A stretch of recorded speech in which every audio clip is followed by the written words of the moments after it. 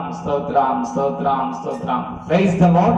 మన ప్రభువును రక్షకుడైన యేసుక్రీస్తు వారి దివ్యనామం పేట మీ అందరికీ శుభాభివందనాలు తెలియజేస్తున్నాను. అందరు ఎలా ఉన్నారు? బాగున్నారా? మీరందరూ దేవుని వాక్యం సెలవించినట్లుగా ప్రియుడని ఆత్మ వర్ధిల్లుచున్న ప్రకారం అన్ని విషయాల్లో మీరు వర్ధిల్లాలని, మీ ఆత్మీయ జీవితంలోను ఆధ్యాత్మిక జీవితంలోను ప్రతి ఒక్క దాంట్లో వర్ధిల్లాలని, దేవునికి మహిమకరంగా మీరు జీవించాలని మీ నిమిత్తం అనుదినము ప్రార్థన చేయడం జరుగుతుంది. ఇంకా ఎవరన్నా ప్రార్థన మీ నిమిత్తం మేము ప్రార్థన చేయాలని ఆశించినట్లయితే మా ఫోన్ నెంబర్ 9014378416 ఈ నెంబర్కి మీరు ఫోన్ చేసి కానీ, మెసేజ్ చేసి కానీ, టెక్స్ట్ మెసేజ్ కానీ, వాట్సాప్ కానీ చేసి తెలియజేస్తే మీ పక్షమును మేము ప్రార్థన చేయడానికి ఎల్లప్పుడూ సిద్ధంగా ఉన్నాం. ఈ రోజు నుంచి దేవుడిచ్చిన ఒక తలంపు ఏంటంటే, గడిచిన రాత్రి తీసుకున్నది. అయితే నిన్న తీసుకున్న ఇది ఏంటంటే, ప్రతిరోజు మార్నింగ్ పూట ఈ ఆఫ్టర్నూన్ ఒక చక్కని జీవితం ఆ జీవితం ఒక గ్రంథం నుంచి, బైబిల్ గ్రంథంలో ఒక న్యాయాధిపతులు అనే గ్రంథం నుంచి తీసుకోవటం జరిగింది. దాని నుంచి బైబిల్ గ్రంథంలో న్యాయాధిపతుల జీవితాలు మనకు నేర్పుతున్న ఆత్మీయ పాఠాలు, న్యాయాధిపతుల జీవితాలు, వారి జీవితాలు మనకు నేర్పుతున్న ఆత్మీయ పాఠాలు అనే సిరీస్ స్టార్ట్ చేయడం జరిగింది. ఈ రోజే మొదటి న్యాయాధిపతి గురించి మనం తెలుసుకోబోతున్నాం. ప్రార్థన చేసుకుని ప్రార్థనా పూర్వకంగా, అలాగే సాయంకాలం జరిగే 7 to 8 ఆ 7:30 to 8:30 ఆ గడియలో ఒక శ్రేష్టమైన జీవితాన్ని, ఈ రోజు నుంచి ఒక శ్రేష్టమైన జీవితాన్ని, ఒక వ్యక్తి జీవితాన్ని, అది ప్రవక్త కానీ దేవుడి కొరకు బహుబలంగా వాడబడిన వ్యక్తిని మీ ఎదుట బైబిల్ గ్రంథంలో నుంచి తీసుకురావాలని నేను ఇష్టపడుతున్నాను. ఈరోజు ప్రార్థన పూర్వకంగా పాల్పంచుకుందాం, ప్రార్థన చేద్దాం. ప్రార్థనలో ఏకీభవించండి. ప్రేమ కనికరమ కలిగిన మా ప్రియ పరలోకపు తండ్రి, నీ ఘనమైన శ్రేష్టమైన నామాన్ని బట్టి వందనాలు. న్యాయాధిపతుల గురించి మేము ధ్యానిస్తుండగా ఈ మొట్టమొదటి వ్యక్తితో మాతో మాట్లాడి మమ్మల్ని బలపరచమని, నీ బిడ్డలకు కావాల్సిన వాక్కుని తండ్రి నేను వారు ఏ విధంగా బలపడాలి అటు విధంగా బలపరచమని యేసునామమున అడుగుచున్నాం తండ్రి, ఆమేన్. మరొకసారి వీక్షిస్తున్న మీ అందరికీ యేసుక్రీస్తు నామమున ప్రేమపూర్వక వందనాలు తెలియజేస్తున్నాను. రండి వాక్య ధ్యానంలోకి వెళ్దాం. న్యాయాధిపతుల గ్రంథం చెప్పాను కదా, న్యాయాధిపతుల గ్రంథంలో ఆ న్యాయాధిపతులు ఆ పేరు అర్థం ఏంటంటే, మనకు తెలుసు న్యాయాధిపతి అంటే ఎవరండి? మనకి జడ్జి అంటారు. మనం కోర్టుకు వెళ్తే ఎవరుంటారు? కోర్టులో న్యాయాధిపతి ఉంటాడు. న్యాయాన్ని ఎలా తీరుస్తాడు? న్యాయానికి ఎవరైనా అధిపతి. న్యాయాన్ని ఆయన చేతిలో ఉన్నప్పుడు ఆయన చక్కగా న్యాయం తీర్చాలి ఎదుటి వారికి. అయితే ఇక్కడ ఈ న్యాయాధిపతుల గ్రంథంలో మనం చూస్తే దీని వెనక చాలా చరిత్ర ఉంది. చారిత్రక పుస్తకం, చరిత్ర కలిగిన పుస్తకం. బైబిల్ గ్రంథంలో మొదటి నుంచి మనం చూస్తే ఆదికాండం, నిర్గమకాండం, లేవియాకాండం, సంఖ్యాకాండం, ద్వితీయోపదేశ కాండం, యెహోషువ, తర్వాత కనపడుతుంది న్యాయాధిపతుల గ్రంథం. ఈ 5 కాండాల్లో, ఈ పంచకాండాల్లో మొదటిగా ఆదికాండంలో ఎప్పుడైతే దేవుని నిర్గమకాండంలో బయలుదేరి వాళ్ళు బానిసత్వం నుంచి బయలుదేరి కనానికి వెళ్ళడానికి, బానిసత్వం నుంచి విడుదల పొందుకొని ఐగుప్తు నుంచి కనానికి వెళ్ళే మార్గంలో మోషే మొదటిగా మనకు మోషే మనం విడిపించినప్పుడు అక్కడ మోషే ద్వితీయోపదేశ కాండానికి వచ్చేటప్పటికి మోషే మృతి నొందాడు. మోషే తర్వాత యెహోషువ నాయకత్వంలో కనానికి వెళ్ళడం జరుగుతుంది. ఆ కనానికి చేరిన తర్వాత ఈ యెహోషువ కూడా చనిపోయాడు. యెహోషువ కూడా చనిపోయినప్పుడు ఈ జనులు ఏమయ్యారంటే, ఈ చరిత్ర కలిగిన పుస్తకం దాదాపుగా 320 సంవత్సరాల చరిత్ర ఉంది. దాదాపుగా 320 సంవత్సరాలు చాలా గొప్ప చరిత్ర కలిగి ఉంది. ఈ పుస్తకంలో దేవుడు తనను తాను కనపరచుకోవడానికి చాలా చక్కగా న్యాయాధిపతుల ద్వారా. ఎందుకంటే ఎలా ఉన్నారంటే ప్రజలు, ఈ పుస్తకం వారిలో, ఈ పుస్తకం మనకేమి నేర్పుతుంది? ఈ పుస్తకంలో వీరి పాఠాలు, వారి జీవితాలు ఏంటంటే, ఈ పుస్తకం ఇశ్రాయేలు ప్రజలు దేవుని పట్ల, దేవుని మీద ఆనుకోకుండా వారి అంతరంగిక స్వభావం తెలుస్తుంది. వారి అంతరంగిక స్వభావం అనేది అంతరంగిక పోరాటం. రోజు మనం కూడా పోరాడాలి. పోరాటం ఎవరితో అంటే శరీరంతో నిరంతరం పోరాటం ఉంటుంది. శరీరమేమో శరీర క్రియలు చేయముంటది, ఆత్మేమో వద్దు నువ్వు శరీర క్రియలు చేయడానికి కాదు, నువ్వు దేవునికి మహిమకరంగా ఉండాలని దేవుడు కోరుకుంటున్నాడని ఆత్మ చెబుతుంది. అయితే మనం ఎలా ఉన్నాం? శరీర కోరికలు తీర్చే వాళ్ళ ఉన్నాం, శరీర కోరికలు చేసే వాళ్ళు ఉన్నాం, ఆత్మ ఫలం ఫలించే వాళ్ళు ఉన్నాం. ఎలా ఉన్నాం? ఎందుకంటే ఇక్కడ వీళ్ళు గెలవలేకపోతున్నారు. వీళ్ళ యుద్ధం ఏంటంటే, వీళ్ళ యుద్ధం అంతరంగిక పోరాటం. ఆ పోరాటంలో వాళ్ళు ఫైట్ చేయలేకపోతున్నారు. యుద్ధం చేయలేకపోతున్నారు. ఏమవుతుందంటే వెళ్తున్నారు కానీ ఆత్మీయంగా ముందుకు వెళ్తున్నారు కానీ మరలా బ్యాక్ స్లైడింగ్ వెనక్కి పడిపోతున్నారు. మరలా ముందుకు వస్తున్నారు, మరలా వెనక్కి పడిపోతున్నారు, మరలా ముందుకు. ఇలా ఒక వలయంలో తిరుగుతూ ఉన్నారు. ఎలా అంటే వాళ్ళు పాపం చేస్తున్నారు, పాపం చేసి దేవునికి దూరం అవుతున్నారు. దేవుడు ఎవరో ఒకరిని లేపి, ఏదో ఒక రాజును ఎవరో ఒక లేపి వాళ్ళ మీద యుద్ధానికి వస్తున్నాడు. యుద్ధానికి వచ్చిన తర్వాత అప్పుడు దేవుడు గుర్తొచ్చి ఏడుస్తూ దేవునికి ప్రార్థిస్తూ దేవుడిని మొరపెడుతుంటే దేవుడు ఒక న్యాయాధిపతిని ఒక రక్షకుడిగా లేపుతున్నాడు. వీళ్ళ మధ్య లేపి వీళ్ళని కాపాడటం కోసం దేవుడు పంపిస్తున్నాడు. పంపించినప్పుడు వీళ్ళు ఏం చేస్తున్నారంటే అప్పుడు ఆ న్యాయాధిపతి ఉన్నాళ్ళు సక్రమంగా చక్కగా ఉంటున్నారు. ఎప్పుడైతే న్యాయాధిపతి వెళ్ళిపోతున్నాడో, న్యాయాధిపతి మృతి చెందుతున్నాడో, మనకు ఒక సామెత తెలుసు, కుక్క తోక వంకర.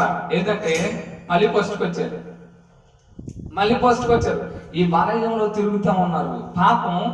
పాపం చేస్తున్నారు. ఇదే వలయంలో తిరుగుతున్నారు. Round and round and round and round అదే రౌండ్ లో తిరుగుతున్నారు. ఆ చక్రంలో నుంచి రావట్లా. ఎందుకంటే పాపం చేస్తున్నారు, శిక్ష వస్తుంది. శిక్ష రంగాలు మళ్ళీ ప్రార్థన చేస్తున్నారు, దేవుడు విడిపిస్తున్నాడు, ఎవరో ఒకరు వస్తున్నారు. కొన్నాళ్ళు నెమ్మది ఉంటుంది, మరలా పోగొట్టుకుంటున్నారు. అదే ఇక్కడ పెద్దగా తెలియజేయాలనుకుంటున్నాడు. ఎందుకంటే కనాను చేరిన తర్వాత వీళ్ళు, దేవుడు చెప్పాడు అక్కడ ఉన్న వాళ్ళందరినీ ఏం చేయమన్నాడంటే వెళ్ళగొట్టమన్నాడు. కనాను చేరిన తర్వాత వీళ్ళు ఏం చేయలేదంటే అక్కడ ఉన్న వాళ్ళని వెళ్ళగొట్టాల. అక్కడ ఉన్న ప్రజలను ఎవరిని వెళ్ళగొట్టలేదు. వెళ్ళగొట్టలేక వాళ్ళని అక్కడే ఉంచారు. వాళ్ళని అక్కడే ఉంచినప్పుడు ఏం జరిగింది అంటే వాళ్ళు అక్కడే ఉన్నప్పుడు లేక ఇబ్బందులు ఎదురైనాయి. వాళ్ళు వీళ్ళ కళ్ళలో ముళ్ళులాగా తయారయ్యారు. వెట్టి చాకర్లు వాళ్ళు చేయించుకుంటున్నారు కానీ వాళ్ళు వెళ్ళగొట్టలేకపోయారు. ఈరోజు దేవుడు చెప్పింది చేయకపోతే, శత్రు శేషం మిగిలిస్తే వీళ్ళ జీవితాలు చూడండి ఎలా ఉన్నాయి. ఎందుకంటే ఆ రోజు వీళ్ళు ఐగుప్తు నుంచి వచ్చే రోజు కూడా మాకు మాంసం కావాలి, కీరకాయలు అక్కడ తినవు మాకు గుర్తొస్తున్నాయి అని ఎందుకు చెప్పారంటే వీళ్ళలో మిశ్రిత జనాంగం, అంటే మిక్స్డ్ పీపుల్, మిశ్రిత జనాంగం. వేరే వాళ్ళు కూడా ఉన్నారు, దేవుని ప్రజలే కాక వేరే వాళ్ళు కూడా వీళ్ళతో పాటు వచ్చేసారు. అయితే దానివల్ల వీళ్ళు మాంసాపేక్ష అడగటం వల్ల దేవుడికి అవిధేయులయ్యారు. దేవునికి అవిధేయత కనపరిచారు. ఈరోజు దేవునికి విధేయులై ఉండాలి. ఈ న్యాయాధిపతుల గ్రంథంలో ఒక్కొక్క న్యాయాధిపతి ఎందుకు వచ్చాడంటే ఆ న్యాయాధిపతి వాళ్ళని కాపాడటం కోసం వాళ్ళలో దేవుడు కనపరుచుకుంటున్నాడు. దేవుడు పాత నిబంధనలో మనం చూస్తే, ఈ పాత నిబంధనలు ఈ న్యాయాధిపతుల గ్రంథంలో మనం చూస్తే చాలా మంది ఉన్నారు. ఒక్కొక్కరి జీవితం చాలా శ్రేష్టమైంది. ఇందులో చాలా మంది న్యాయాధిపతులు, చివరిగా మనకు సమూయేలు కనపడుతుంటాడు. ఏలీని కూడా లెక్కిస్తారు కానీ సంసోనుతో సమూయేలుతో అలా చక్కని మనకు తెలిసింది సంసోన్ జీవితం తెలుసు, సమూయేలు జీవితం మనందరికీ తెలుసు. అయితే ఈరోజు ఈ వ్యక్తి జీవితం ఎందుకంటే న్యాయాధిపతిగా, ఎందుకంటే వాళ్ళకి న్యాయము తీర్చేవాడిగా ఇజ్రాయేల్ పక్షమున ఉండాలి. అయితే వాళ్ళ పక్షంలో యుద్ధము కూడా చేస్తూ ఉండాలి. యుద్ధము కూడా చేసేవాళ్ళు, యుద్ధము కూడా చేయటానికి సిద్ధపడి ఉండేవాళ్ళు. అయితే ఈరోజు ఎలా ఉన్నావు? ఈరోజు నీ జీవితం ఎలా ఉంది? దేవుని ఎదుట ఎలా ఉంది? ఈ ఆత్మీయ పోరాటంలో ఆ న్యాయాధిపతుల గ్రంథం నుంచి మనం ఏం నేర్చుకుంటామంటే, ఆత్మీయ పోరాటంలో వాళ్ళు గెలవలేకపోయారు, వాళ్ళు గెలవట్లేదు, మరలా పడిపోతున్నారు.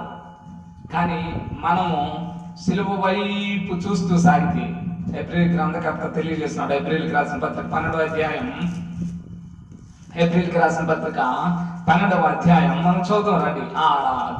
అక్కడ ఒక చక్కని మాట దేవుడు తెలియజేస్తున్నాడు. ఏప్రిల్ గ్రంథకర్త చక్కగా తెలియజేస్తున్నాడు. ఏంటట?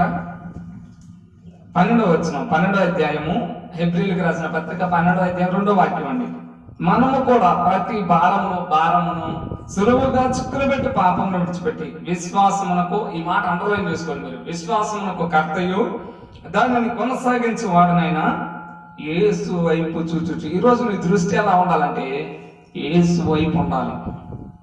ఈరోజు దేవుని వైపు నీ దృష్టి లేదంటే, నీ దృష్టి మందగించి, నీ దృష్టి ఈరోజు ఎటు వెళ్తుందంటే, ఈరోజు నేను ఈ మాట చెప్పడానికి ఎంతైనా బాధపడుతున్నప్పటికీ కానీ చెప్పాలి, చెప్పి సరి చేసుకోవాలి. సరి చేసుకుంటేనే మన జీవితం. ఎందుకంటే పేషెంట్ దగ్గరకు వచ్చాడు కదా, పేషెంట్కి అది కట్ చేసినప్పుడు పేషెంట్కి నొప్పి తగులుతుంది అని చెప్పి డాక్టర్, ఆ నొప్పి తగులుతుంది అని డాక్టర్ టాబ్లెట్స్ ఇచ్చి అది తాగకుండా వర్క్ కట్టేసి పంపిస్తే తన జీవితానికి ఎఫెక్ట్ అవుతుంది.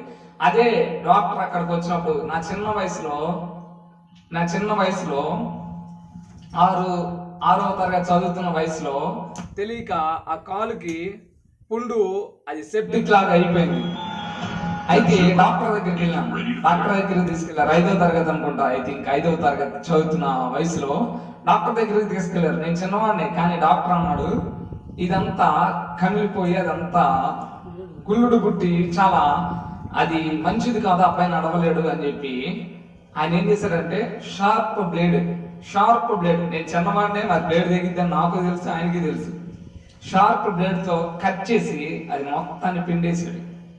అప్పుడు కొన్ని రోజుల తర్వాత నేను నడవటానికి, ఈ రోజు మీరు చూస్తున్నారు నేను నడవటానికి బాగుంది కదా, నడుస్తున్నాను కదా. ఎందుకంటే ఆ రోజు ఆ డాక్టరు కరెక్ట్ గా తన పని తను నిర్వర్తించాడు. ఏంటంటే పైన చెక్కల కరెక్ట్ గా పిండేశాడు. ఆ ఏదైతే చెడు ఉందో ఆ చెడు మొత్తాన్ని తీసేశాడు. చెడు మొత్తాన్ని తీసేసినప్పుడు శరీరం చక్కగా ఉంది. అలాగే ఈరోజు ఏంటంటే అక్కడ దేవుని వైపు చూడకుండా దృష్టి మరల్చే వాళ్ళు చాలా మంది ఉన్నారు. దేవుని మీద నుంచి దృష్టి ఎటు వెళ్తుందంటే దైవజనుల మీదకి దృష్టి వెళ్తుంది. దైవజనులు మేమందరం నీలాగా మనుషులమే. మనం ఏలియా మహిమ కలిగిన సేవ చేసిన ఏలియా దగ్గర ఒక వ్యక్తి ఉన్నాడు. ఆ వ్యక్తి మహా ప్రవక్త. ఎవరైనా అంటే ఏలియా తర్వాత ఆ బాధ్యతలు అందుకున్న వ్యక్తి. ఆయన పేరు ఎలీషా ప్రవక్త. ఆయన చివరికి ఎలా చనిపోయాడంటే మరణకరమైన రోగముతో పీడితుడే చనిపోయాడు. ఎందుకంటే మాకు బాధలు రావా, అనేకులను స్వస్థపరిచిన వారికి స్వస్థతను మేము ప్రార్థనలు చేస్తే మేము చేసినవి కాదు, దేవుడు చేసిన కార్యాలు. స్వస్థత వరం ఉన్న దైవజనులకి రోగాలు రావా, బాధలు రావా, ఇరుకులు రావా, ఇబ్బందులు అన్నీ వస్తాయి. కానీ ఆ సమయంలో ఎందుకంటే పౌలు గారు మహా గొప్ప సేవకుడు, దేవుని కొరకు బలంగా వాడబడిన దైవజనుడు అయినప్పటికీ ఆయన ఎన్నిసార్లు కష్టాల వల్ల, ఇబ్బందుల వల్ల, ఇరుకుల వల్ల దిగంబరత్వంతో సేవ చేయలేం. అయితే ఈరోజు ఎలా ఉందంటే దృష్టి దేవుడి మీద నుంచి మారలింది, యేసు వైపు నుంచి దృష్టి మారలింది లోకం వైపు. ఎందుకంటే లోకస్తులు ఏంటంటే వాళ్ళు ఒక మోడల్ పెట్టుకుని దాన్ని వెంట పోతారు. ఈరోజు మనం కూడా మన దృష్టి అలాగే మరలిపోయి ఈరోజు సోషల్ మీడియాలో కానీ మనం అలా తిట్టుకునేవారిగా పట్టుకునేవారిగా అన్ని జనులు ఎదుట మనం అబాసు పాలయ్యే విధంగా మనం తయారవుతున్నాం. ఈరోజు దేవుడు అంటున్నాడు దృష్టి ఎటు, నీకు రక్షణ ఇచ్చింది ఎవరు? పౌలు అంటున్నాడు. అపోలో ఎవరు? పౌలు ఎవరు? మేమంతా దేవుని దాసులం. నీరు పోసింది ఒకళ్ళు, వృద్ధి చేసింది మటుకి దేవుడే. మీరు మామూలుగా చూడాల్సింది. పౌలు చక్కని మాట. పౌలు బర్నబా అక్కడ వాక్యం ప్రకటించినప్పుడు వాళ్ళిద్దరిని దేవతలుగా వాళ్ళు కొలుస్తున్నప్పుడు వాళ్ళు బట్టలు చించుకున్నారు. ఎందుకు?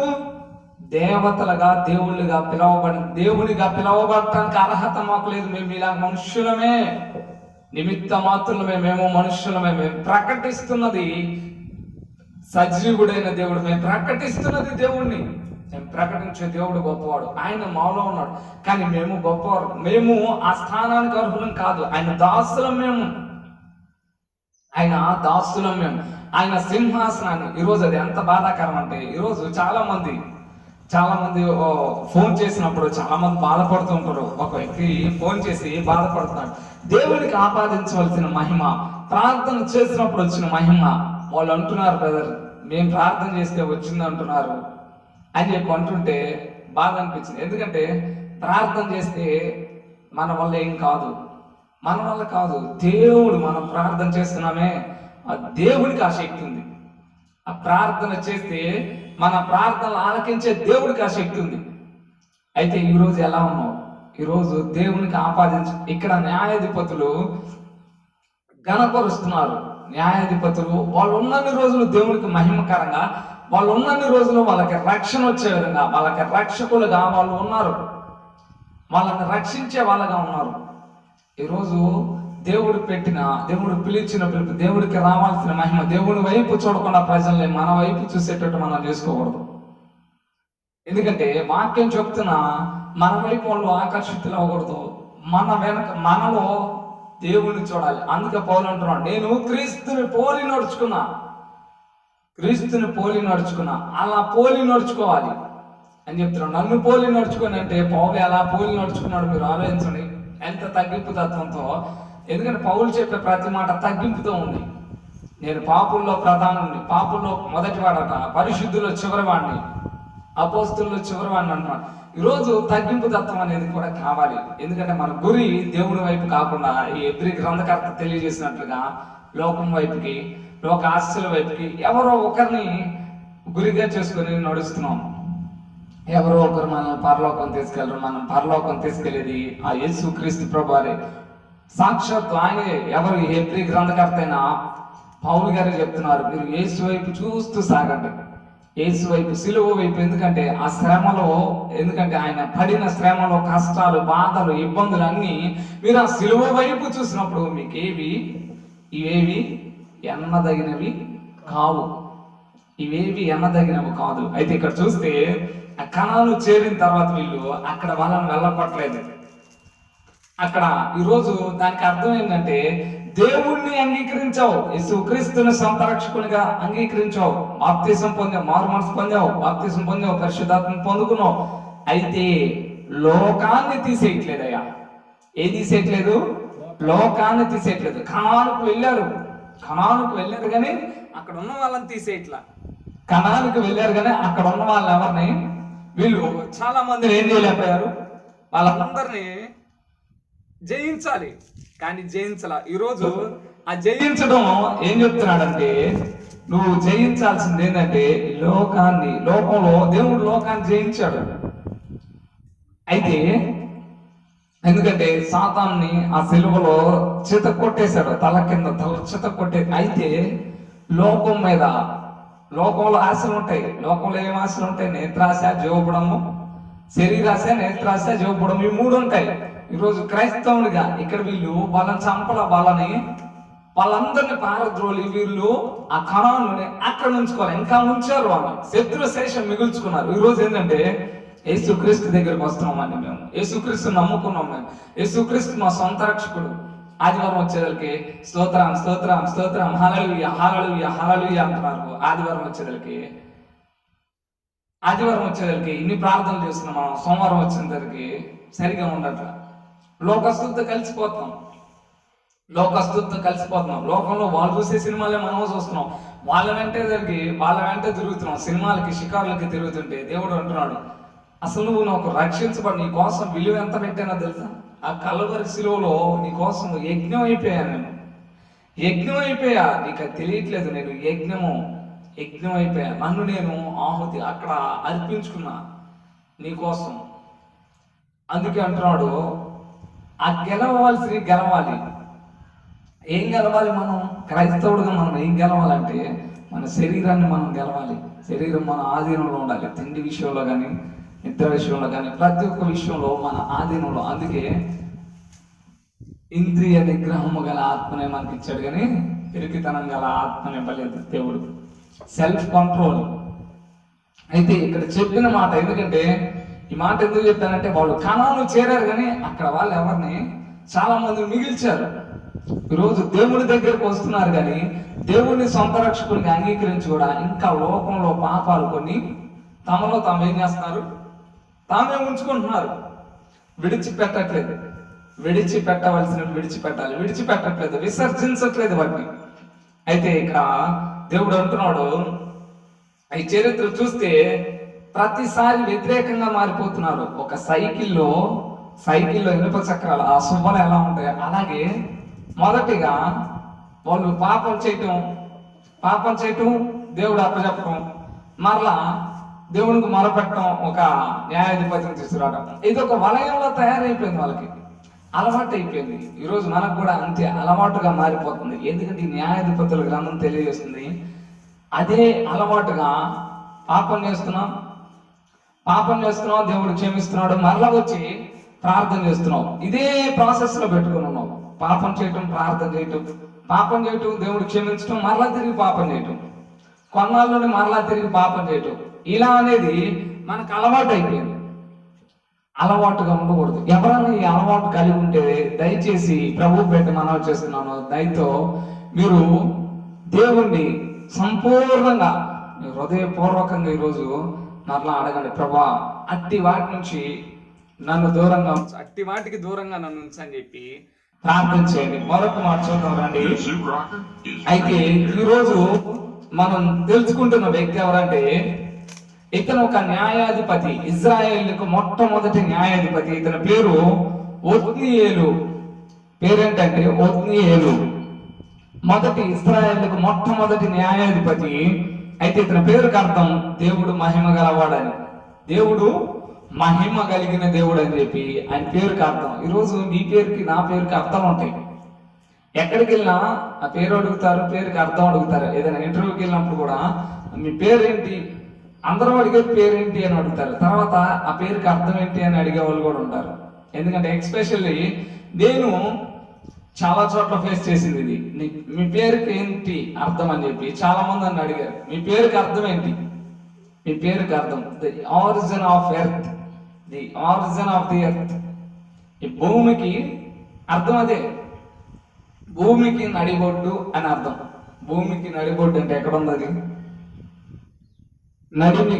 ఇప్పుడు గ్లోబ్ ఉంది, గ్లోబ్ మిడిల్ లో పాయింట్ ఉంటుంది. సర్కిల్ గీస్తే సర్కిల్ కి మిడిల్ పాయింట్ ఉంటుంది. ఒక వృత్తం గీస్తే మధ్య ఏదైతే కేంద్రంగా ఉంటుందో అలాగే దాని అర్థం అది. ఈరోజు ప్రతి ఒక్కరికి పేరుకి అర్థం. ఆయన పేరు యేసు క్రీస్తు, ఆయన పేరు యేసు క్రీస్తు. ఆయన పేరుకి అర్థాలు చాలా ఉన్నాయి. లోక రక్షకుడు, ఇమ్మానుయేలు దేవుడు. చాలా ఇమ్మానుయేలు దేవుడు అర్థం ఏంటి? దేవుడు మనకి తోడని అర్థం. చాలా ఉన్నాయి ఆయన పేరుకి అర్థాలు. ఆయన ఉంటున్నాడు ఆల్ఫా ఓమేగా, చాలా ఉన్నాయి. అయితే ఈరోజు దేవునికి ఎలా ఉన్నావు? ఆ రక్షకుడికి నీ పేరుకు తగ్గట్టుగా నీ జీవితం ఉందా? క్రైస్తవుడిని అని పేరు పెట్టుకున్నావు, ఎందుకంటే క్రీస్తుని అంగీకరించావు కదా, క్రైస్తవుడు అయ్యావు. అయితే ఎలా ఉన్నావు? నీ జీవితం క్రీస్తుని పోలి ఉందా, లోకాన్ని పోలి ఉందా? ఆలోచించు, ఒక్కసారి ఆలోచించు. ఈ ఒత్నీయేలు జీవితం, ఆ పేరుకి అర్థం దేవుడు మహిమ కలవాడని ఆ ఒత్నీయేలు జీవితంలో ఆ పేరుకి అర్థం. అయితే ఈరోజు చూద్దాం రండి. యెహోషువ గ్రంథం 15వ అధ్యాయం. యెహోషువ గ్రంథం 15వ అధ్యాయం.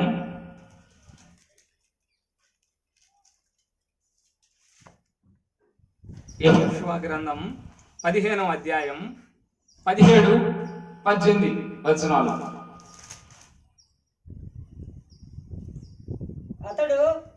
అతడు చెప్పుట చాలించిన తరువాత అక్కడ నుండి అతడు దెబీరు నివాసుల మీదకి పోయాను. అంతకుముందు దెబీరు పేరు కిర్యత్సే పేరు. కాలేబు కిర్యత్సే పేరును పట్టుకొని దాన్ని కొల్లబెట్టిన వానికి నా కుమార్తె అయిన అక్సాను ఇచ్చి పెళ్లి చేసేదని చెప్పగా, ఇక్కడ ఏంటంటే ఒక కాలేబు చెప్తున్నాడు. కాలేబు ఏమంటున్నాడంటే, నా కుమార్తెని ఇస్తా, అక్కడ ఏదైతే ప్రదేశం ఉందో ఆ ప్రదేశాన్ని గెలిచి రావాలి, ఆ ప్రదేశాన్ని తెచ్చిన వాళ్ళకి నా కుమార్తెని ఇస్తానన్నప్పుడు ఆ కింద మాట మీరు చదివితే ఒత్నీయేలు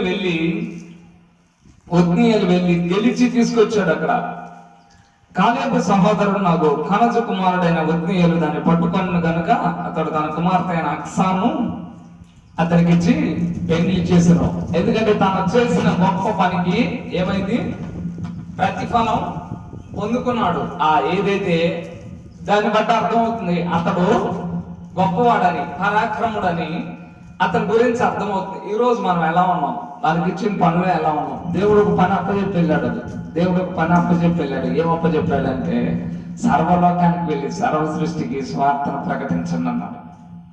ఈరోజు సర్వలోకానికి వెళ్ళడానికి, సర్వ సృష్టికి మనం వెళ్ళలేమంటే ఎన్నో ఉన్నాయి. సోషల్ మీడియా ఉంది, చాలా విధాలుగా దేవుని సేవలో పాల్పంచుకోవడానికి అనేక విధాలుగా ఉంది.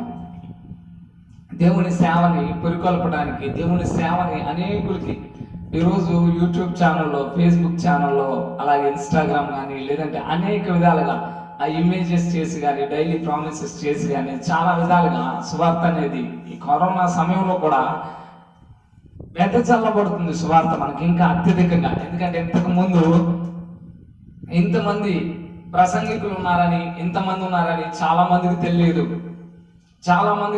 ఈరోజు చూడండి, అనేక మంది ప్రేరేపించబడి ఈ సువార్తని యూట్యూబ్ ద్వారా అనేకులు ప్రకటిస్తున్నారు, ఫేస్బుక్ ద్వారా. గడిచిన రోజున ప్రార్థన చేసిన మీ అందరికి వందనాలు. గడిచిన రోజున ఎంతమంది ప్రార్థన చేస్తారో నాకు తెలియదు, కానీ చక్కని వాక్యం ద్వారా ఆత్మీయ యుద్ధోపకరణములని అంశం ద్వారా దేవుడు వారితో చక్కని మాటలో తెలియజేయడం జరిగింది. ప్రభు వాక్యం వెల్లడి అవడం జరిగింది. అయితే ఈరోజు దేవుడి కొరకు ఎలా ఉన్నాం? అతను తనకు అప్పచెప్పిన పని ఏంటంటే దండోరు వేయించారు. అది ఆ పట్టణాన్ని పట్టుకొని వస్తే తన కుమార్తెని ఇస్తానంటున్నాడు కాలేబు అని తెలియగానే వెంటనే వెళ్ళాడు. అక్కడ ఆ పని ముగించి వచ్చాడు. తన పరాక్రమం తెలియబడుతుంది ఇక్కడ. అయితే ఇతను ఎవరంటే కనజు యొక్క కుమారుడు. న్యాయాధిపతుల గ్రంథం 1వ అధ్యాయం 12 నుంచి 14 వచనాలు చదువుతారండి. న్యాయాధిపతుల గ్రంథం 1వ అధ్యాయం.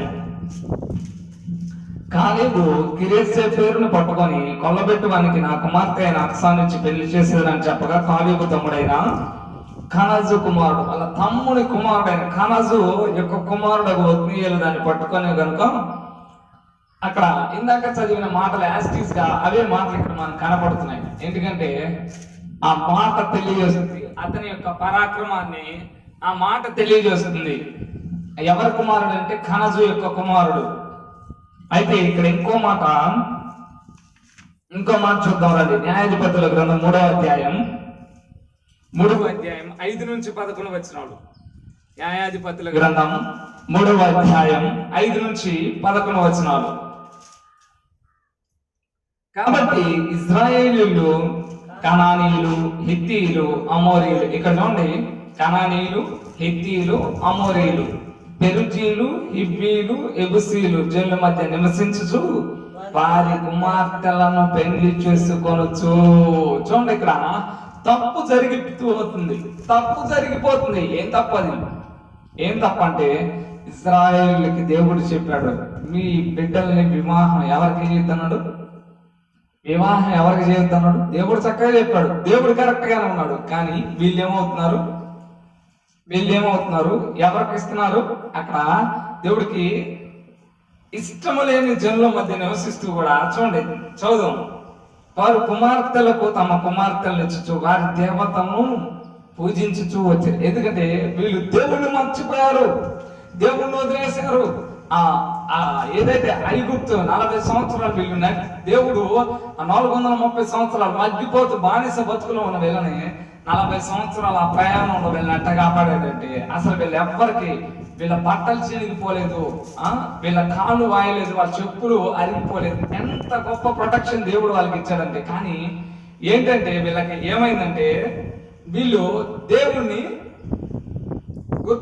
దేవుడు గుర్తులేడు వీళ్ళకి. ఈరోజు మనం కూడా అంతే కదా. ఈరోజు క్రైస్తవులుగా పిలువబడుతున్న చాలా మంది జీవితాలు అంతే కదా. దేవుడు గుర్తురాడు.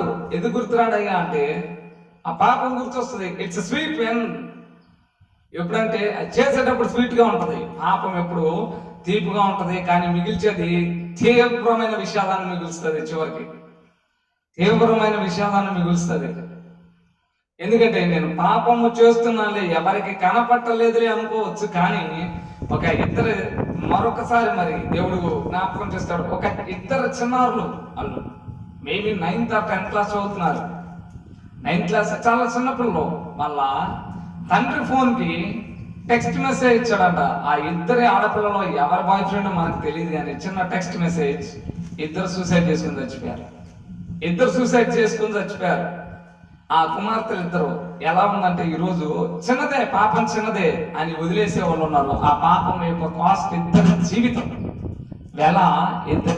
అయింది. ఈరోజు ఆ ఇద్దరు బిడ్డలు ఎలా పొందుకోగలరు తండ్రి? పాపం చిన్నదిగా స్టార్ట్ అయ్యి వీళ్ళు కూడా అంతే. ఏదైతే మీకు తెలుసు, అబ్రహాము, లోతు ఇద్దరు స్టార్ట్ అయినప్పుడు వాళ్ళిద్దరికి ఆ పశువుల కాపరుల దగ్గర గొడవ జరిగినప్పుడు వాళ్ళు ఏమంటున్నారంటే, సరే నువ్వు ఆ తట్టేళ్ళు నేను ఈ తట్టెళ్తాను అన్నప్పుడు ఆయనకి ఎలా కనపడిందంట? సొదొమ గొమొర్ర అలా కనపడింది. అయితే సొదొమ గొమొర్ర ఆయన ఎక్కడ బిగినింగ్ లో స్టార్ట్ అయ్యాడు, బయట ఎక్కడో గుడారం వేసుకున్నాడు. చిన్న చిన్నగా ఎక్కడికి వెళ్ళిపోయాడు? సొదొమ గొమొర్ర మధ్యలోకి వెళ్ళిపోయాడు. పాపం ఎట్లాంటిదంటే చిన్న చిన్నగా నేనేం చేసిందంటే ఊబిలోకి లాగేసింది. ఊబిలోకి లాగేసింది. ఆ ఊబిలో నుంచి నువ్వు బయటికి రావాలంటే, అది దొంగ ఊబి, ఎవరు రాలేరు. ఆ ఊబిలో నుంచి బయటికి రావాలంటే ఒకే ఒక్కలో నీకు రక్షకుడు కావాలి. నిన్ను లోపల నుంచి రక్షించేవాడు కావాలి. ఎందుకంటే లోపల ఉన్న నువ్వు బయటికి రాలేవు. ఆ ఊబిలో నుంచి నిన్ను రక్షించే రక్షకుడు కావాలి. ఎవరైనా రక్షించేవాళ్ళు కావాలి. ఈరోజు ఒక వ్యక్తి కొలంలో పడిపోయాడండి. కొలంలో పడిపోయినప్పుడు అతనికి ఈత రాదు. ఎవరు కాపాడతారు అతన్ని? ఈత వచ్చిన వాళ్ళే లేదంటే ఏదైనా థాడ్ ఇచ్చిన అతన్ని పైకి తీయాలి. అవునా కదా? ఈరోజు అందుకే అంటున్నాడు భక్తుడు కూడా అంటున్నాడు, అగ్నిలో నుండి కొందరిని లాగండి, అగ్నిలో నుండి కొందరిని లాగండి అని చెప్పి తెలియజేస్తున్నాడు. ఏంటిది ఆ అగ్ని? ఆ నరకంలో పడిపోకుండా కొందరినైనా ప్రభు వరకు సంపాదించండి అని చెప్పి తెలియజేస్తున్నాడు. రండి చూద్దాం, ఇంకా చూద్దాం రండి. తమ దేవుడైన యెహోవాను మరచి, ఇక్కడ చేస్తుంది ఏంటంటే దేవుడిని మర్చిపోతున్నారు. దేవుడు చేసిన పాట అయితే పడతాం. నీవు చేసిన ఉపకారములకు నేనేమి చెల్లింతును, నీవు చేసిన ఉపకారములకు నేనేమి చెల్లింతును. ఈ పాట పాడతాం, పాట అయితే పాడతాం. మరి దేవుని ఎదుట ఎలా ఉన్నాం? ఆయన చేసిన ఉపకారంలో, ఆయన చేసిన మేలులు అవన్నీ జ్ఞాపకం రావట్లేదు. ఇక్కడ వీళ్ళకి తినటానికి తిండినిచ్చాడు. వాడు మార్గంలో నడుస్తుంటే వాళ్ళకి పగల వేళ ఎండ దెబ్బ తగ్గుతుందేమో అని మేఘస్తంభమై, రాత్రిపూట వెన్నెల దెబ్బ తగ్గుతుందేమో అని అగ్ని స్తంభమై అంత జాగ్రత్త తీసుకొని దేవుడు వాళ్ళని నడిపితే వాళ్ళు ఎలా నడుస్తున్నారంటే దేవునికి వ్యతిరేకంగా నడుస్తున్నారు. దేవుణ్ణి ఏంటంట వాళ్ళు తమ దేవుడైన యెహోవాను మరచి బయలు దేవతను, దేవతా స్తంభములను పూజించి ఏం చేశారయ్యా వాళ్ళంటే దేవునికి వ్యతిరేకంగా, దేవునికి ఇష్టం లేనిది. ఎందుకంటే ఈరోజు దేవుడు అంతగా కాస్తే దేవుడిని వదిలేసి వచ్చారు. దేవుడు వాళ్ళ గుర్తు రావట్లా ఈరోజు. ఎందుకంటే వాళ్ళ అద్భుతాలు ఈరోజు పొందుకున్న తర్వాత చాలా మంది దేవుడు గుర్తురాడు. అన్ని అయిపోయిన తర్వాత దేవుడు గుర్తురాడు. ఒకనప్పుడు ఏ బంధకాల్లో ఉన్నావు, ఒకప్పుడు కుష్ఠు రోగంతో ఉన్నావు, ఆ కుష్ఠు రోగం నుంచి దేవుడు విడిపించాడు. చక్కగా నీ చేతులు మరలా తిరిగిచ్చాడు. కానీ ఆ దేవుడు గుర్తురాట్లా. ఇప్పుడు ఆ కుష్ఠు రోగం వచ్చిన ఆ చేతులు చక్కగా అయిపోయినాయి. అందరు నిన్ను పిలుస్తున్నారు, అందరు నీ చేతులు తాకుతున్నారు. కానీ ఏంటంటే ఆ దేవుడు ఇచ్చిన ఆ చేతులతో ఏం చేస్తున్నావు అంటే ప్రభు బలలో చేస్తున్నావు. మళ్ళీ ఏం చేస్తున్నావు అంటే వెళ్ళి దేవునికి ఇష్టము కానీ నీ చేతులు చేస్తున్నావు. దేవుడు అడుగుతున్నాడు, ఎంతవరకు న్యాయం? మనిషికి ఇది ఎంతవరకు న్యాయం? ఇక్కడ వీళ్ళు కూడా అదే చేస్తున్నారు. ఒక్కసారి పాపంలో నుంచి ప్రభువు విడిపించిన తర్వాత అలా తిరిగి వెళ్ళి పాపంలో పడకూడదు.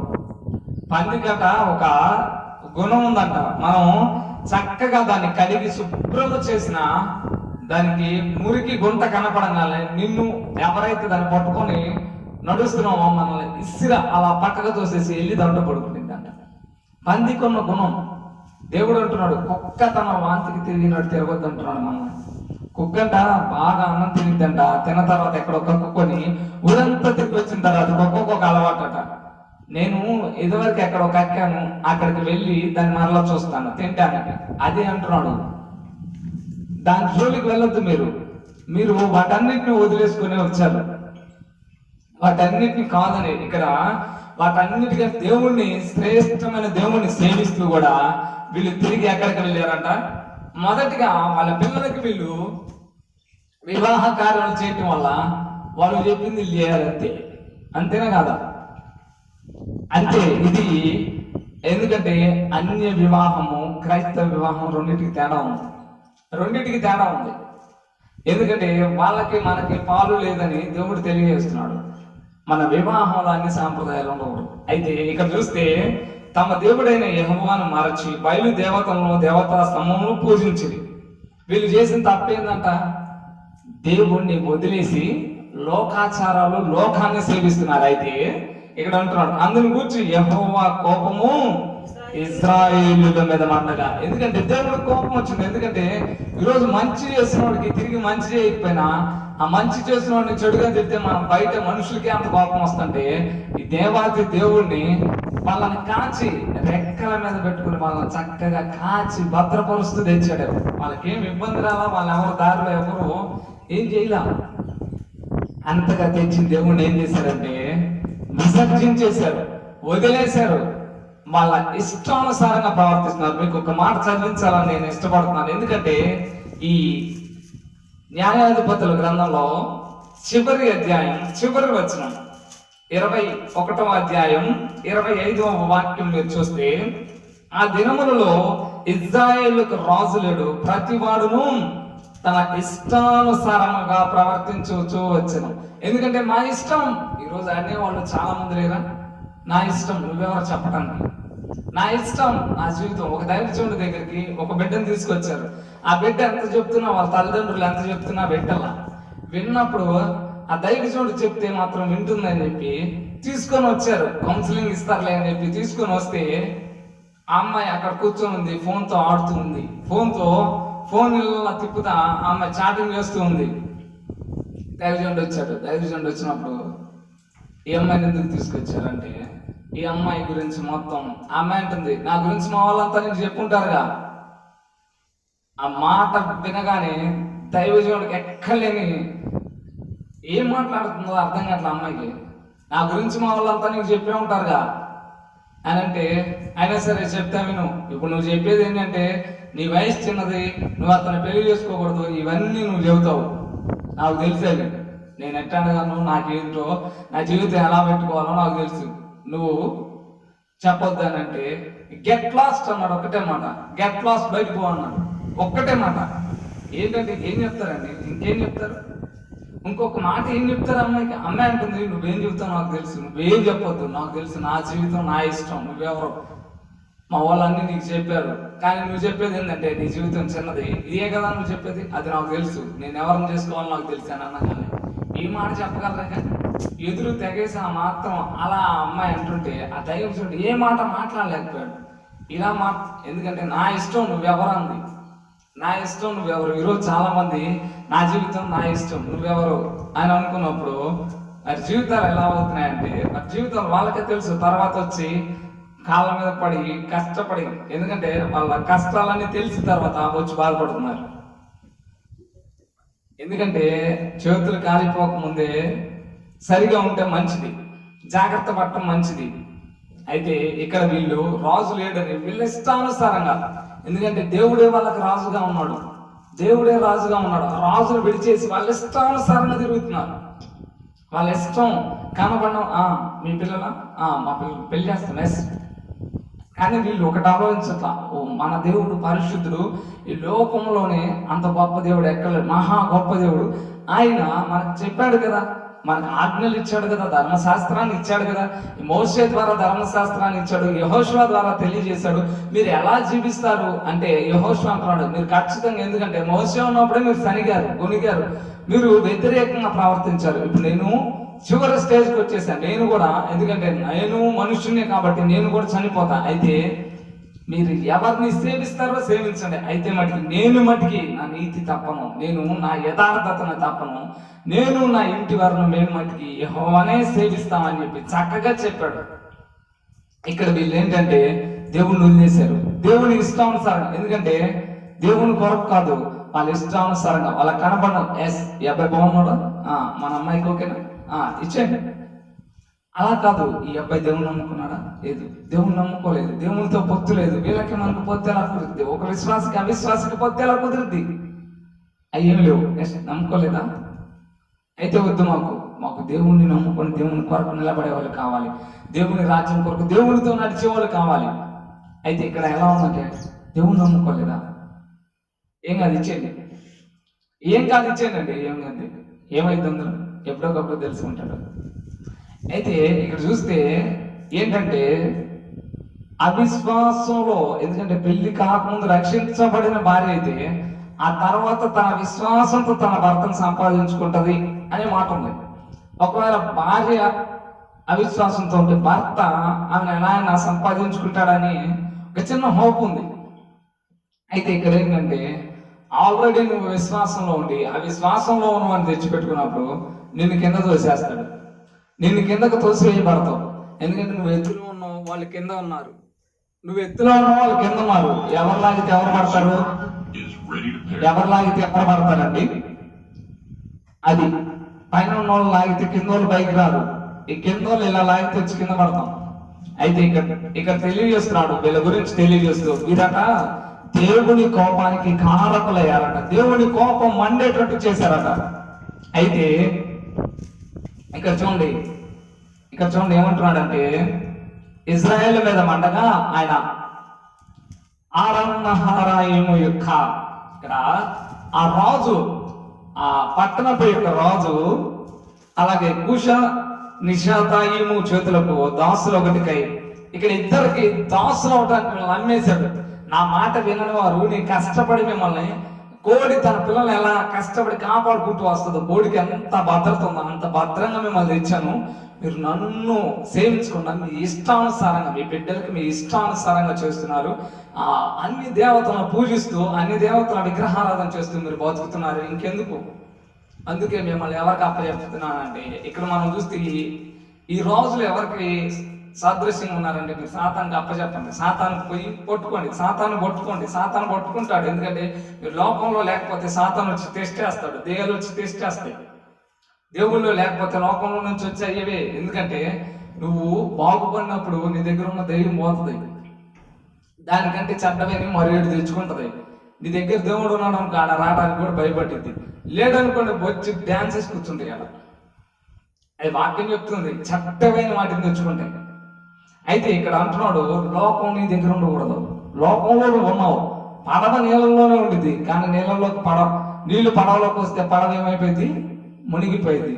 లోకంలో నువ్వు ఉన్నావు అంతే, లోకం నీలోకి రాకూడదు. క్రీస్తుని నమ్ముకొని ఉన్నావు, లోకం నీలోకి రాకూడదు.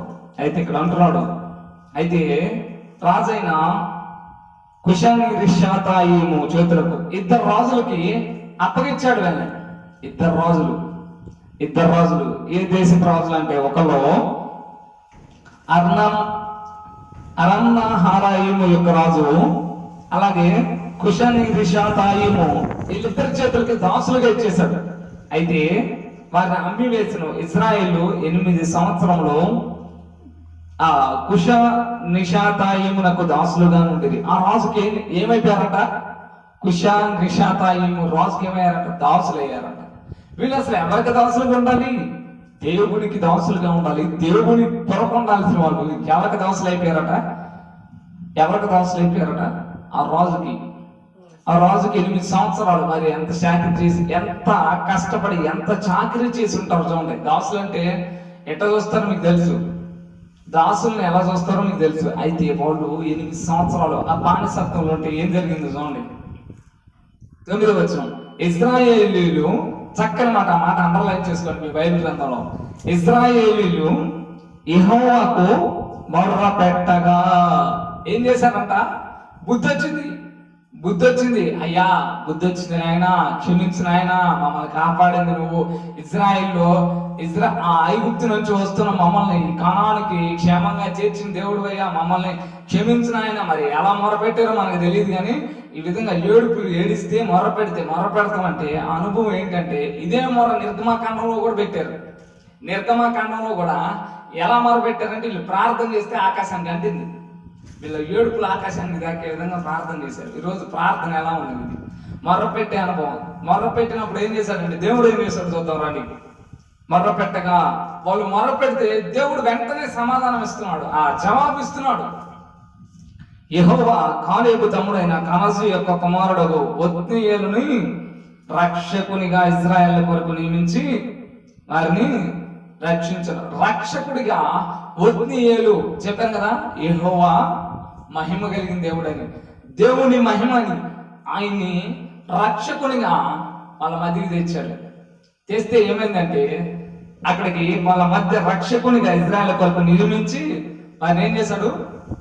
రక్షించాడు, వాళ్ళని రక్షించాడు మానవుడిగా. ఎందుకంటే ఒక మానవుడిగా ఒత్నీయేలు రక్షకుడిగా అక్కడ వాళ్ళని విడిపించడానికి, ఆ బంధకాల నుంచి విడిపించడానికి, మనుషులు కాబట్టి వాళ్ళతో యుద్ధం చేసి విడిపించడానికి, అయితే ఈ సర్వ ప్రపంచాన్ని పాప బంధకాల నుంచి విడిపించడానికి 2000 సంవత్సరాల క్రితం ఒక లోక రక్షకుడు ఉదయించాడు. ఆయన పేరే మేము ప్రకటిస్తున్న నజరేయుడైన యేసు క్రీస్తు ప్రభువు. దేవునికి స్తోత్రం కలుగును గాక.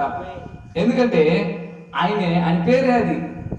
ఇదిగో సకల జనులకు కలగబో సంతోషకరమైన స్వర్తమానం, ఇదిగో దావీదు పురమునందు నేడు మీ కొరకు రక్షకుడు ఉదయించి ఉన్నాడు. ఈరోజు దావీదు పురములో కాదు, నీ హృదయంలో ఉదయించాలని ఆయన కోరుకుంటున్నాడు. నీ హృదయంలో ఉదయించాలని కోరుకుంటున్నాడు. ప్రభువా, ఎన్నాళ్ళు దావీదు పురంలో ఏనాడో ఉదయించావు, ఈరోజు నా హృదయంలో ఉదయించని ఏనాడన్నా అడిగావా?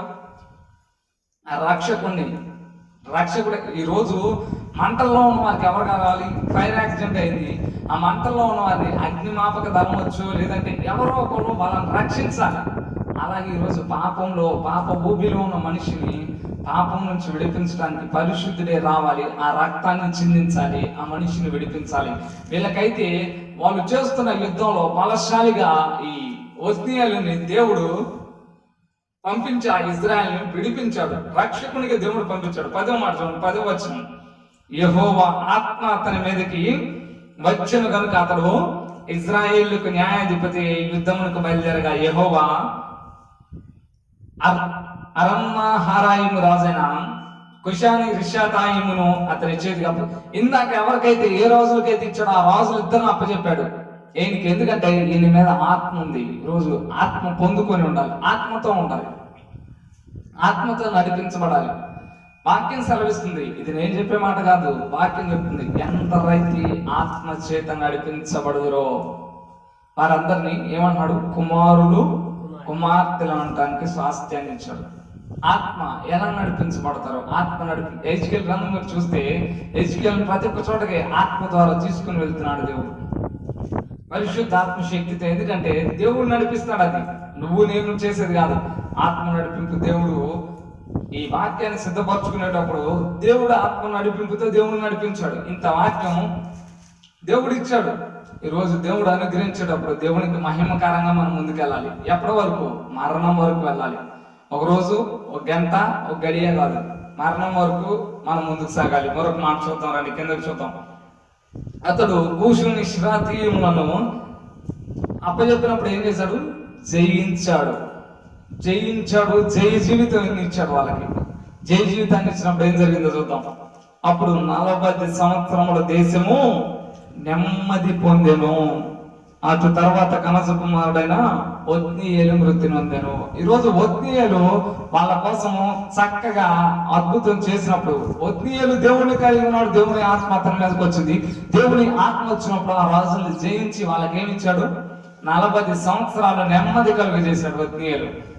ఈరోజు దేవుడు మన పాప బంధకాలు అవి ఎన్నాళ్ళ నుంచి ఉన్నామో, ఎన్ని రోజుల నుంచి ఉన్నా సరే, వస్తే ఆ బంధకాలన్నిటి నుంచి నేను విడిపిస్తాను. ఆ బంధకాలన్నిటి నుంచి నేను విడిపిస్తా. సేనా దెయ్యంతో 2000 దెయ్యాలు పట్టుకొని అక్కడ ఆ వ్యక్తి ఉంటే దేవుడే నది అద్దరికి వెళ్ళి ఆ దెయ్యాల నుంచి అతన్ని విడిపించాడు. విడిపించగలిగిన దేవుడు ఉన్నాడు. ఈరోజు మేము ప్రకటిస్తున్న దేవుడు ఆయన పేరు నజరేయుడైన యేసు క్రీస్తు ప్రభువు. దేవునికి స్తోత్రం కలుగును గాక. మరొక మాట మీరు చూస్తే 40 సంవత్సరాలు ఏమైందంటే అక్కడ నెమ్మది కలిగిందట. నెమ్మది కలిగి ఉంది. ఆ నెమ్మది కలిగిన రోజులు దేవునికి మహిమకరంగా ఉన్నారు. అయితే ఈరోజు ఆ 40 సంవత్సరాలు బైబిల్ గ్రంథంలో ఎక్కువగా 40 సంవత్సరాలని ఎక్కువ ఉంటాయి. 40 అని 40 ఏళ్ళు వాళ్ళని చక్కగా సమాధానాన్ని ఇచ్చాడు. నేను ప్రకటించే యేసు క్రీస్తు ప్రభువు సమాధానానికి కర్త అయి ఉన్నాడు. అందుకే పిలుస్తున్నాడు, సర్వజనులారా, దేశం మొత్తం ప్రతి ఒక్కరిని పిలుస్తున్నాడు. భారం ఇచ్చిన సమస్త జనులారా నా దగ్గర రండి, నేను మీకు విశ్రాంతిని ఇస్తాను అంటున్నాడు. భారం వస్తున్నావా? ఈరోజు దేవుడు తన దగ్గరికి రమ్మంటున్నాడు, నీకు విశ్రాంతిని ఇస్తా అంటున్నాడు. ఈ ఒత్నీయేలుని రక్షకునిగా నిలబెట్టి, ఒత్నీయేలుని ఆత్మతో నింపి, ఒత్నీయేలు ఆత్మ ఏదైతే దేవుని ఆత్మ వచ్చినప్పుడు ఒత్నీయేలు అక్కడ వారిద్దరిని జయించాడు. 40 ఏళ్ళు వాళ్ళకి, 40 సంవత్సరాలు వాళ్ళకి సమాధానాన్ని అనుగ్రహించి తన జీవితాన్ని కడముట్టించాడు. ఈరోజు మన జీవితం కూడా పరిశుద్ధంగా దేవునికి మహిమకరంగా తుది శ్వాస వరకు మనం నడవాలని దేవుని వాక్యం సెలవిస్తుంది. ఈ ఒత్నీయేలు జీవితం మనకి అట్టి విధంగా మొదటి న్యాయాధిపతిగా వారికి వాళ్ళ బానిసత్వంలో 8 సంవత్సరాలు ఉన్న బానిసత్వం నుంచి విడుదలకి 40 సంవత్సరాల సమాధానానికి వాళ్ళకి రక్షణకి ఈ ఒత్నీయేలు మనకి సాదృశ్యంగా మన కొరకు దేవుడు ఈ ఒత్నీయేలు ఎలా అయితే జీవించాడో యేసుక్రీస్తు ప్రభువారు రక్షకునిగా పాపాలన్నిటి నుంచి విడిపించాడు. ఈ రోజు మరణం వరకు మనం నమ్మకంగా ఉండాలని దేవుడు తెలియజేస్తున్నాడు. ఈ మాటలు దేవుడు మన వెనుకల్లో దీవించి ఆశీర్వదించును గాక. ప్రార్థన చేద్దాం, ప్రార్థనలో ఏకీభవించండి. ఒకవేళ పదే పదే పాపంలో చేసి మరలా ప్రార్థన అని చెప్పి ముందుకు వస్తున్నావు, దేవుడు తెలియజేస్తున్నాడు ఈ రోజు పాపాన్ని అక్కడే విడిచిపెట్టు, ప్రభు సన్నిధికి రమ్మని తెలియజేస్తున్నాడు. ప్రార్థన చేద్దాం, ప్రార్థనలో ఏకీభవించండి. ప్రేమ కనికరమ కలిగిన మా ప్రియ పరలోకపు తండ్రి, నీ ఘనమైన శ్రేష్టమైన నామాన్ని బట్టి వందనాలు. ఈ సమయంలో ఒత్నీయేలు జీవితం ద్వారా మాతో మాట్లాడారు. ఒత్నీయేలు ఆ ఇజ్రాయెల్ ప్రజల బానిసత్వం నుంచి విడిపించి తండ్రి వాళ్ళకి రక్షకుడిగా 40 సంవత్సరాల వరకు నెమ్మదిని అనుగ్రహించాడు. దేవానికి స్తోత్రాలు తండ్రి, నీ కృతజ్ఞతాస్తుతులు. ఈ రోజు నమ్మకంగా నీ కొరకు జీవించే జీవితాన్ని దయచేయమని తండ్రి.